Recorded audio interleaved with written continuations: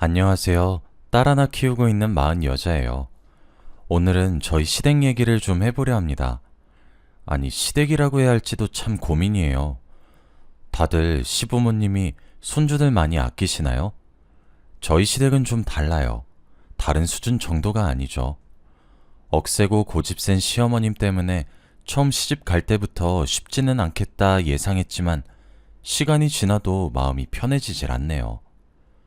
남편과는 아는 사람들이 연결시켜준 소개팅으로 처음 만나게 되었어요. 사람이 수더분해서 성격도 좋고 살아온 환경도 평범하니 마침 결혼정년기인데다가 그냥 후다닥 결혼했죠. 조금 성급한 면이 없지 않아 있긴 했지만 후회는 없어요. 남편과는 지금까지 크게 다툰 적도 없고 같이 화목한 가정을 이루면서 살아오고 있거든요. 골칫거리를 꼽자면 시댁 문제죠. 특히 시어머니요. 남편 아버지는 남편 성인이 되고 얼마 안 있어 돌아가셨다고 들었습니다. 원래부터 몸이 많이 약하셨다고 하시더라고요. 남편에게는 5살 차의 남동생이 있어요. 그러니까 제게는 도련님 되시는 거죠. 시어머니는 시아버님 그렇게 허망하게 돌아가시고 홀로 두 아들을 멋지게 키워냈다는 자부심에 넘쳐 사시는 분이세요. 막 동네방네 자랑할 정도는 아니지만 남편도 대기업 오래 다녀서 지금 직급도 꽤 높고 도련님도 좋은 대학 나와서 연구직에 계시긴 해요. 어느 정도 안정된 삶은 보장되어 있는 셈이죠. 그동안 고생해온 본인에 대한 대견함이나 아들들은 향한 자부심 좋죠. 근데 그 자부심이 왜 며느리들을 괴롭히는 걸로 나타나는 걸까요? 제가 처음 시어머니께 인사드릴 때도 그랬어요. 그때는 결혼 얘기 나오기도 전이었고 예비 며느리 이런 관계도 아니었는데 대화 흐름도 끊어먹을 정도로 자기 아들이 얼마나 잘났는지 과시하면서 기어코 제 길을 팍 꺾어 놓으려고 하시는 게 눈에 보이더라고요. 그때 제가 눈치가 좀 없었어서 그냥 다 웃으면서 네네 어머님 말씀 다 맞아요. 저도 그런 사람 만나고 있으니 능력 좋은 거죠. 하고 웃어넘겼는데 제 말이 뭔가 심기가 불편했는지 그 이후로 묘하게 제 행동이나 말에 트집을 잡으시더라고요. 사실 저도 나름 이름 있는 명문대 나왔어요. 근데 졸업하고 한 회사에서 뼈 묻으면서 일할 결심은 안 생기고 게다가 딱딱한 조직 문화랑 제 성향이 안 맞을 게 눈에 뻔해서 저는 그 당시 그냥 중고등학생들 과외로 벌어먹고 있었어요. 근데 또 과외도 무시할 게 못 되는 게 이름이 알려지면 학생 수 늘어나고 수업당 페이도 높게 받는 데다 무엇보다 세금을 안 내도 되니까 의외로 수입이 짭짤하더라고요. 제일 많이 벌 때는 과외로만 800까지도 벌었습니다. 대기업도 아니고 창업도 아닌데 애들 수업 봐주고 혼자서 800 버는 거면 나름 괜찮지 않나요? 그래서 전 이렇다 할 직업이 없어서 주변에서 받는 시선 같은 건 굳이 신경 쓰지 않았어요. 그런데 시어머님은 이 점을 파고들더라고요. 저더러 직업도 없고 평생 과외만 하고 살 거냐고, 고작 애들 가르치는 일 해봤자 얼마나 버냐고 은근히 저를 무시하는 거 있죠. 또 웃긴 게 그때는 제가 한 달에 버는 돈이 남편보다 많았거든요. 그래서 제가 웃으면서 어머님 왜 이러세요? 저 상윤 씨보다 많이 벌어요. 한 달에 800 벌어요. 하고 대꾸하니까 자존심은 상하는데 할 말이 없으니 씩씩대시더군요. 저도 그때는 아직 어리기도 하고 예의 차리기보다는 누가 제 자존심 긁으면 가만히 못 있는 성격이었기 때문에 저렇게 반응했어요. 시간 지나서는 결혼하고 시어머니께 많이 구박당하면서 성격 많이 죽었죠. 근데 또 제가 저렇게 많이 벌고 있다는 걸 알게 된 시어머니가 결혼 후에 시도 때도 없이 저를 시댁으로 불러서 세탁기가 시원치 않네. 냉장고 성능이 영 안 좋네. 에어컨이 없으니까 여름에 덥네. 나도 김치냉장고 있으면 좋겠네 하면서 알게 모르게 저한테 가전제품들을 사달라고 티를 내는 겁니다. 그때는 저도 벌 만큼 벌었기 때문에 제가 사드렸어요. 근데 참 웃기더라고요. 자기 아들도 있는데 왜 아들한테는 사달라고 안 하고 꼭 저 불러서 사달라고 한답니까? 자기 아들 돈은 아들이 땀 흘려 열심히 번 금 같은 돈이고 제가 번 돈은 그냥 막 써도 되는 돈이랍니까? 아무튼 결혼 전부터 지금까지 시어머니에 대한 서러움은 하나하나 여기다 적을 수 없을 만큼 많아요. 동서가 들어온 후로는 더욱 심해졌죠. 결혼하고 몇 년 있다가 도련님도 결혼을 하셨습니다. 동서는 소심하기도 하지만 그만큼 성격이 유순하고 배려가 몸에 배인 사람이에요. 당시 시어머님한테 듣기로는 동서가 외동딸인데다가 부모님이 사업을 좀 크게 하신다고 하더라고요. 그래서 시어머님은 동서가 시집 올 때 저더러 동서는 그냥 보기만 해도 딱 귀티가 잘잘 흐른다며 유난히 동서를 대하기 어려워하셨어요. 보통 집안 행사로 가족들이 모이면 동서는 애가 곱게 자라서 깎아본 적이나 있겠냐고 과일 하나 못 갖게 하시고 설거지며 음식 준비며 전부 저를 시키고 동서가 건강이 막 안 좋은 건 아닌데 감기 잘 걸리고 좀 허약 체질이라 저 몰래 한약도 지어다 주고 암튼 뭐라도 좋은 거 있으면 전부 도련님이랑 동서네한테 갖다 주는 겁니다. 저한테 와서는 동서가 시집 올 때 예단 예물 내온 명품 몇 개들을 쉴 새 없이 자랑했어요. 이게 양가죽이고 저건 소가죽이네. 가격이 몇 천이네 하는 자랑을 수십 번이나 들어서 저도 외울 정도였죠. 이럴 때 보면 참 단순하세요. 시어머님이 떼써서 멀쩡한 가전제품까지 제 생돈 들여 새로 사준 거랑 시집 와서 몇 년째 바가지 긁히면서 음식 청소한 것까지 경제적 가치로 다 환산하면 동서가 준 명품들보다 더 비쌀 것 같은데 그저 명품이라면 좋아서 해벌레 하는 게요. 시어머님은 도련님이랑 동서 처음에 결혼 얘기 나왔을 때도 원래 같았으면 감히 연구원인 자기 아들을 어떻게 아무나랑 막 결혼시키겠냐고 궁시렁댔을 법도 한데 집안 배경 짱짱한 동서는 아무나가 아니었는지 아주 침이 나오도록 해벌쭉 웃으셨죠. 그걸 가만히 듣고 있으려니 그럼 저는 아무나인가 싶어 새삼 서럽더라고요. 저도 저희 부모님만의 귀한 딸인데 어떻게 이렇게 대우가 다를 수가 있나 싶어 시어머니께 계속 실망했습니다. 하루는 남편더러 당신은 안 속상하냐고 물으니 원래 어렸을 때부터 자기는 좀 과묵하고 진중한 성격이었던 데 반해 도련님은 막내이기도 하고 애교도 많은 성격이라 가족 내의 귀염둥이였다고 하더라고요. 지금도 시어머님한테는 도련님이 제일 잘하고 있지 않냐며 계속 그래와서 자기는 별 생각 없다고 저보고도 너무 마음 쓰지 말라고 말해주더군요. 그래도 의외인 건 저랑 동서와의 사이는 괜찮았다는 거예요. 보통 시어머님이 이렇게 차별하시면 쌓이는 게 많아서 괜히 동서가 얄미울 법도 한데 동서가 참 착하고 사람이 순해서 시어머님이 그럴 때마다 자기가 더 곤란해하는 눈치가 보였죠. 게다가 시어머님한테 챙겨받은 것들은 꼭 그 뒤에 저한테 몰래 와서 다 나눠주고요. 어떻게 보면 맏며느리가 동서한테 얻어먹는 거 체면도 없냐 할 수 있지만 그걸 떠나서 동서 잘못도 아니고 저 생각해주는 그 마음씨도 착하잖아요. 둘이서 가끔 시어머니 몰래 둘이 백화점 가서 쇼핑도 하고 맛있는 것도 먹으러 다니면서 친한 언니 동생 사이처럼 지냈어요. 그러던 차에 저는 임신을 하게 됐죠.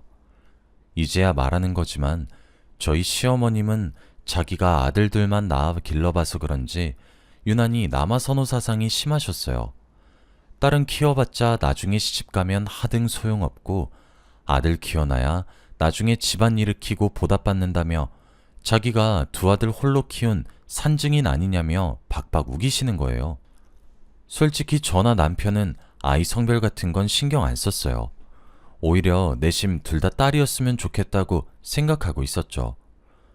요즘도 세상이 워낙 바뀌어서 시댁 빼면 다들 싹싹하고 부모한테 잘하는 딸 갖고 싶어 하지 아들은 별로 안 반가워하더라고요.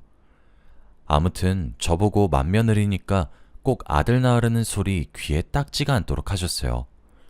시간이 조금 지나 의사 말을 듣고 제 뱃속에 있는 아이가 딸이라는 걸 알고는 언제 그랬냐는 듯 관심을 싹 끊으시면서 혼잣말인 척 제게도 다 들리게 에휴 글렀네 글렀어 하면서 싫은 소리를 계속 하시더군요.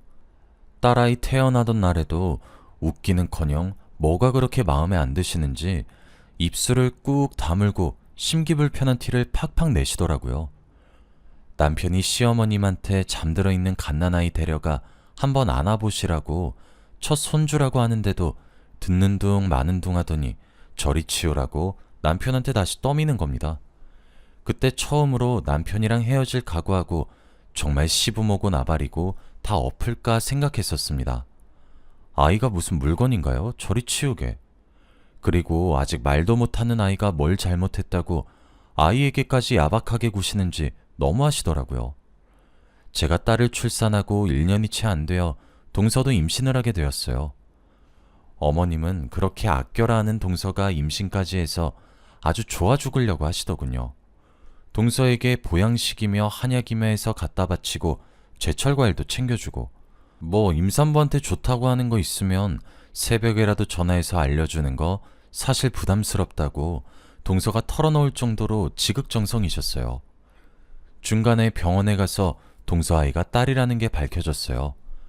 시어머님이 어떻게 나오실까 하던 참에 시어머니는 동서도 딸을 가졌다는 소리에 불편한 기색을 내비치면서도 그래도 큼큼 하고 못 가다듬고는 또 둘째 가지면 된다고, 둘째는 꼭 아들 낳으면 된다고 달래는 겁니다. 시어머니의 저런 모습을 보고 있자니 차라리 제 처지가 좀 더 낫다는 생각도 들더라고요. 시어머니가 동서를 좋아하시긴 하지만 그만큼 아낀다는 핑계로 동서한테 간섭도 많이 하고 도련님이랑 동서를 심심하면 불러댔거든요. 무조건 자기 엄마 말 잘 듣는 것만 효도인 줄 아는 도련님도 시어머니 호출이라면 거역 안 하고 매번 출동하고요.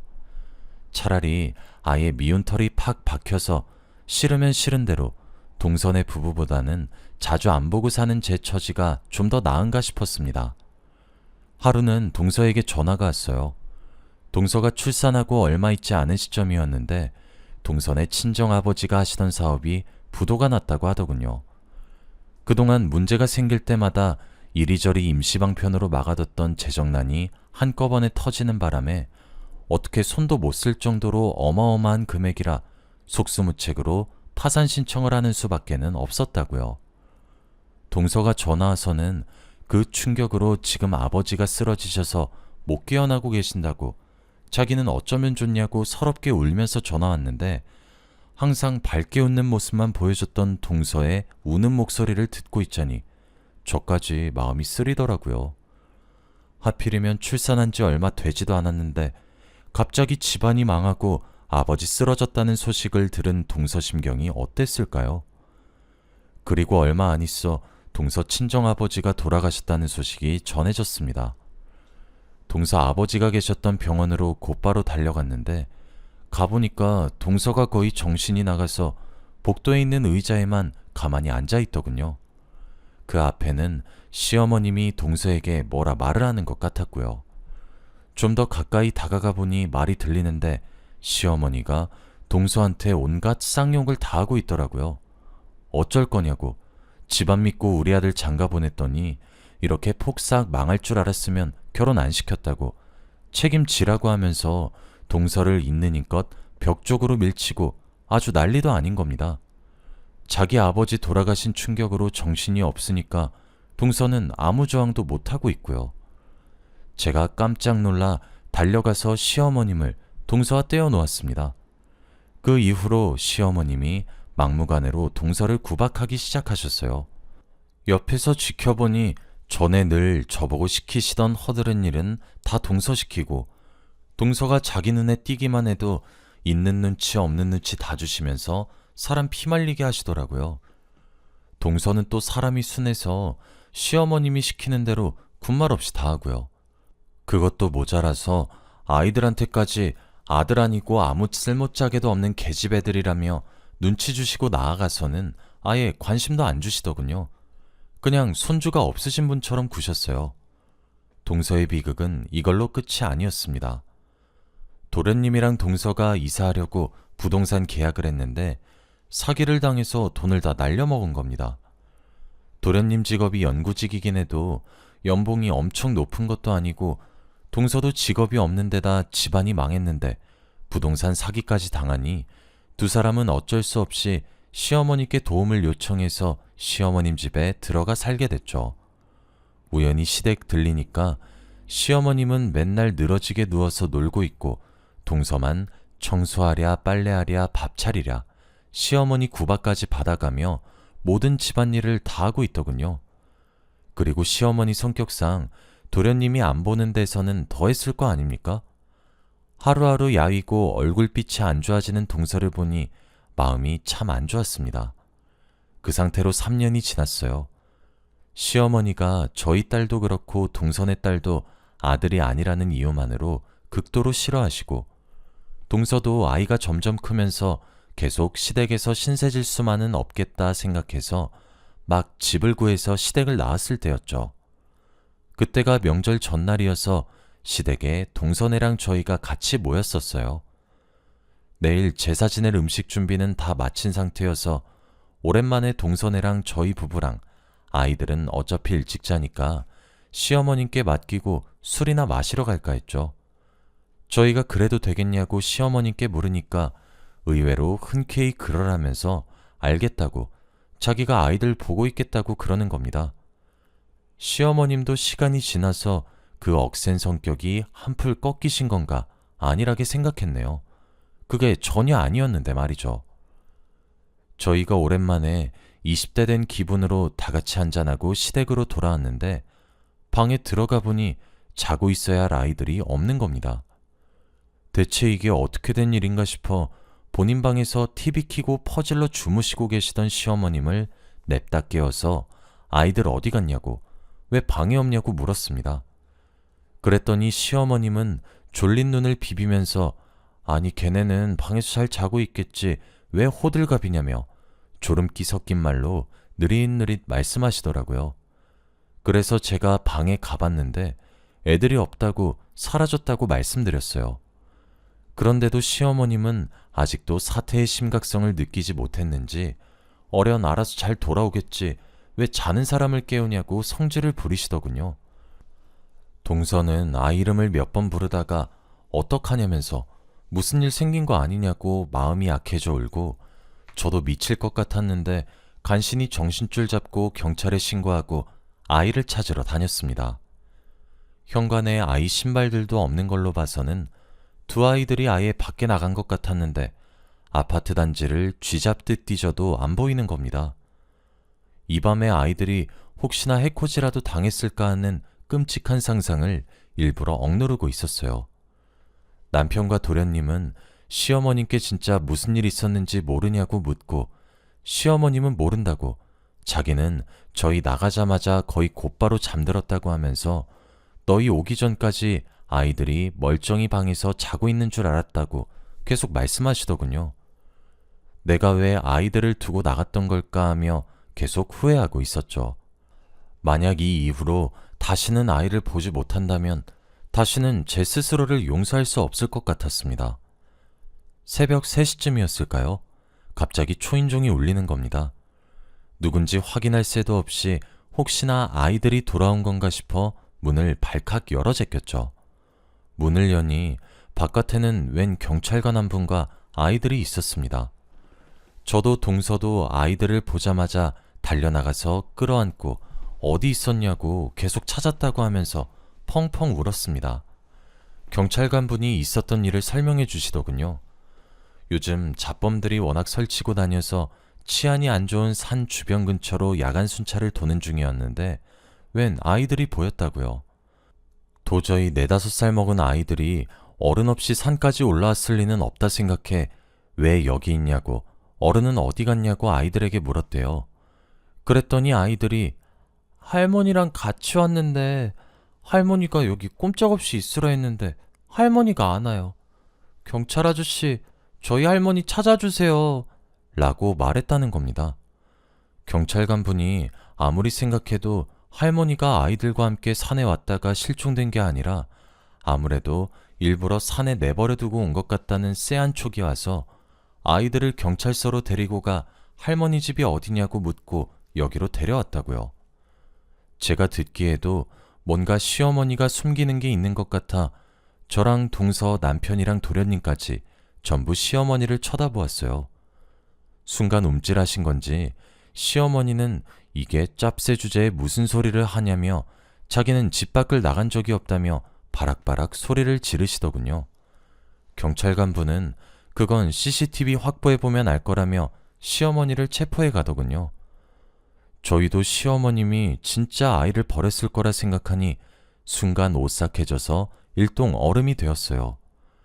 같이 경찰서로 가니 미리 입수한 아파트 엘리베이터 CCTV며 산으로 가는 길까지 찍혀있던 CCTV를 경찰관 분과 함께 돌려보았습니다. 시어머님이 아이들을 데리고 밖으로 데리고 가는 게 전부 선명하게 찍혀 있었죠. 시어머님은 그 길로 아동유기죄로 체포되었습니다. 체포되어 손목에 수갑이 채워지는 그때까지 이거 놓으라며 미쳤냐며 악을 쓰셨어요. 그리곤 악에 받친 눈으로 저와 동서를 노려보며 이게 다 저희 때문이라며 하등 쓸모없는 년들이 자기 귀한 아들 꾀어내 똑같이 쓸모없는 딸년들 낳는 거 꼴보기 싫었다고 경찰서가 떠나가라 소리를 지르는 겁니다. 그런 꼴을 전부 보고 나니 그동안 구박받았던 저와 동서는 물론이고 남편과 도련님까지 기함하면서 어떻게 친손주를 버릴 수가 있냐고 분노했어요. 그 일이 있고 다들 충격으로부터 회복하기까지 시간이 좀 걸렸어요. 아이들이야 다행히 아직 어린이고 할머니가 자기들에게 어떤 짓을 했는지 잘 모르니 회복이 빨랐지만 저와 동서는 아이들이 어떻게 됐을 수도 있었다는 불안감에 한동안 시달렸고 남편과 도련님도 친엄마가 자기 딸에게 한 짓을 도저히 받아들이기 힘들어했죠. 다행히 시간이 약인 건지 지금은 어느 정도 예전의 모습을 되찾았습니다. 시어머님은 지금 자기가 저지른 죗값을 치르는 중입니다. 남편도 도련님도 용서할 수 없을 것 같다고 앞으로는 시어머님 얼굴 안 보고 연락 안 하고 살겠다 하네요. 동서네 부부와 저희 부부 둘 다 얼른 극복해내고 예전의 평화를 되찾을 수 있게 모두들 응원 부탁드려요. 사연 읽어주셔서 감사합니다.